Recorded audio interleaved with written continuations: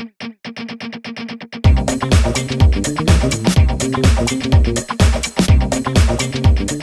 you want to know about working a room and mingling, I've got just the person you want to talk to. Hi, I'm Terry Brock with terrybrock.com, and I'm so excited about the person who joins us today. Her name is Susan Rowan, a dear friend of mine, and she's joining us right now from her offices in San Francisco. Susan, thanks for being with us today. My pleasure, sir.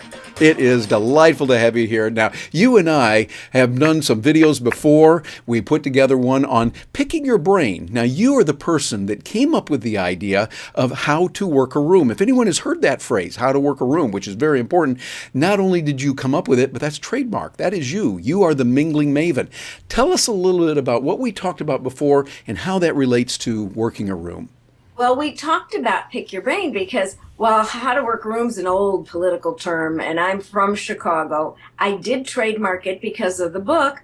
And really, we talked about why people want to pick my brain because they wanted to know, how can I do a book? Oh, can I buy you coffee? And can I pick your brain? And this started literally before I even wrote Savvy Networking. Terry, I used to have this vision that they would have coffee and then all my good gray matter would fly out of my brain and then I'd be left with the rusted stuff. And, you know, coming from the profession of teaching, we always believe in helping people. Yeah. But then it got to be 2 hours for you and 2 hours for you and an hour and a half for you. And it began not to feel good. And then I had two different people, one in my personal life, and our friend Patricia Fripp said, Susan, this isn't a coffee date. This is a business. You know more about New York publishing than anyone because of how to work a room. Mm-hmm. You should really be consulting on that. Absolutely. And guess what the name of that business was? PickMyBrainConsulting.com. Oh my. Yeah, it's a whole thing. And the video that we had before has been received very well. And matter of fact, if you're watching this and you haven't seen that, we really encourage you to do it because we got a lot of good feedback on it. Picking the brain. The way I look at it is I imagine a bunch of vultures sitting around and picking your brain, as morose thing as that. But it's the people that say, hi, I just want to take your time and I want to take up a couple of hours of your time. And you think, hey, I got better things to do than just sit around and let you pick my brain. That's not a real value for value proposition. And we know it's there. But now let me roll this forward, Susan, and I got some questions I want to hit you with now because you're the perfect person for it. In the age of social media, we know it's very important to be able to give value, to contribute and help people. So we all are inclined to do that. And like you said, being a teacher, you want to help people. You want to be there and genuinely do it. And I know you personally do a lot of that. You go over and above to help people. But also, on the other hand, there are those that will want to take you out for that 6-hour lunch and give you, maybe they'll buy you a bottle of water and they want to just grab everything you've got. How do you deal with the balance there of giving value to begin a relationship and really give them something they can use, but not be a doormat? What do we do to make that happen?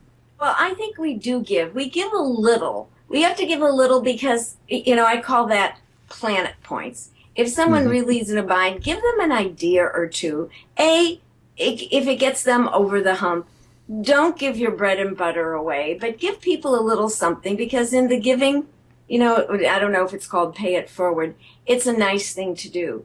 But if you give an hour of your consulting, of your best material, that doesn't feel good. And you know what I've learned, and I learned this through teaching, that which comes for free, we actually don't respect. That's right. I was at the first school that they did beta testing on free lunch in Chicago. And I saw what the lunches looked like. Well, all the students that they thought needed it, I would meet them at the hot dog stand because they'd look at the free lunch and go, ugh, and they'd throw it out. And we'd all meet at the hot dog stand and buy Vienna hot dogs for which they had money. So really, free is not respected. And I can prove it. I met with a gentleman who he met me right here in Marin. He wanted to be a speaker and an author. I was very generous. He never even had a piece of paper to write a note. And This is back in the days before we wrote in our computers. I looked at him and said, I just gave you 6 ideas and you don't even have paper and a pen to write. Wow. But we ex-teachers come prepared. I gave him paper, I gave him a pen, and I made him write notes. But you know what? It was insulting. And then the lesson I learned, and I want to pass this on to people, is our friend Patricia Fripp said, Roanne, it wasn't even worth the time to put on makeup to go for a cup of coffee. That's a good way to put it. Yep, I think that we've got to look at that. I really appreciate what you're saying. It's like when something is free, it just doesn't have the value. And the libertarian in me says, hey, you know, it's got to be value for value. You help people out. And it doesn't mean necessarily always money. That is a good way to do it, an easy way to do it in business. But someone might say, wow, you gave me this information. Let me introduce you to someone who I know is going to give you business. Not I think might, but they definitely are hiring. They could use you. Something like that might be an appropriate gesture. Yes, and there are a lot of appropriate gestures. I learned this from a gentleman, and I've actually done this. If someone wants 10 minutes on the phone or a half an hour on the phone, you know, it's easier than, not that I wear that much makeup, though I am right now, putting on all that makeup and going somewhere. And I'll say, well, let's take the time on the phone. And one gentleman, I said to him, would you, is this worth a lunch? Yes.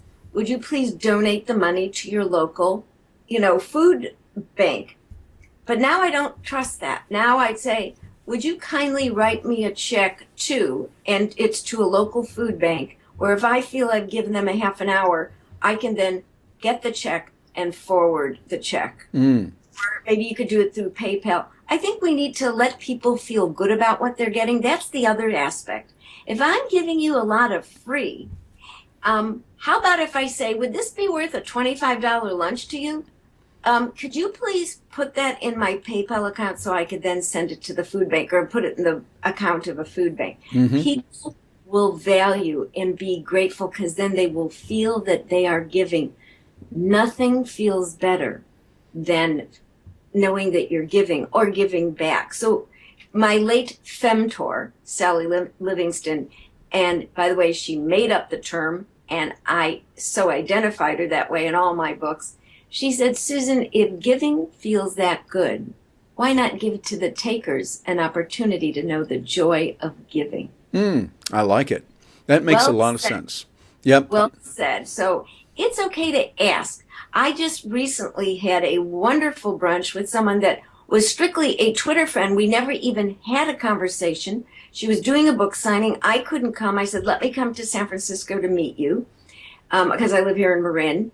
Well, she was coming back down from Sonoma. We had brunch on Monday, shared a lot of ideas.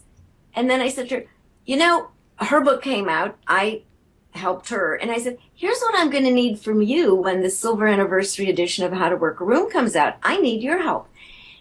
Another point, tell people the help you need. Someone once said to me, well, if you're helping people, shouldn't they know how to help you? We were at a marketing seminar I was putting on for the San Francisco Chamber. And then I turned into my grandmother or mother, and I said, really? They don't even know what they need. How could they know what you need? Good point. Tell people the best way they can help you. Maybe it's not you. Maybe it's, hey, I heard you know so-and-so, and my nephew is looking to do an internship there. Could you make the introduction? So there might be a designated receiver, and it's not you. Yeah, I like that. And what you're really doing is you're stressing value for value. People helping people. And I think that works 1,000 years ago. It works today with social media, and I predict it'll work 1,000 years in the future from now. People helping each other and being able to do that. And Susan, you demonstrate that regularly in the work that you do and the giving that you have in so many different ways. And we really appreciate that. Now tell us about the books that you have and the material that you have available so that people can take advantage of that. Well, if you go, you know, before they had the word freemium, Terry, a lot of us had quite a bit of information for free, articles that people could just come to the site. I know there were people that said you should charge, and I'm a former school teacher. No, if you've got a problem, if you really want to know how to get more referrals, if you really didn't know how to work a room, if you weren't aware of the refined ways that savvy networkers behave, I even have an article on shy teens, how to overcome for shy teens, which I know parents have downloaded. Come to my site. We've just switched from a 16-year analog, and we're now on WordPress. Good. So oh yeah, this has been, people say, oh, it's painless. I go, really? Sort of like the Lamaze method. It really hurts women more than men. It wasn't that painless, but it's glorious. So come to my website, SUSANROANE, Roanne, SusanRoanne.com. There are all sorts of articles. There's a lot of free material.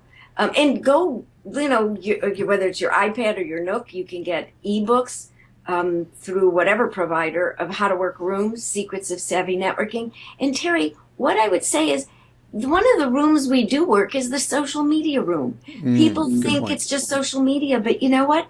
These are rooms in which we have to have etiquette, social manners, good behavior, and good practices. Yes, absolutely. And I understand that you've got your new book coming out that's going to deal with social media and how that integrates. I'm not going to let you get away without telling us a little bit about that new book and how people that access this are going to be able to have that advantage in life. Tell us about the new book.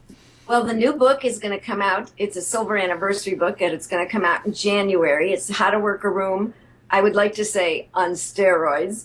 But it's brand new chapters, new information. And what I did add was a huge chapter called New Rooms to Work, the Social Media Melange. And I even, me and my puns. So there's one chapter called Room-inations, ROOM, with little do-it easily practical tips so that you could prepare, you could be in a room, and what to do after that builds the network.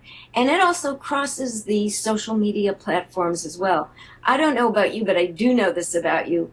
We've both made friends through Twitter and through Facebook that we consider friends that we've never even met. And like I said, Monday, I met someone you know and someone I know at Dory Clark. Yes.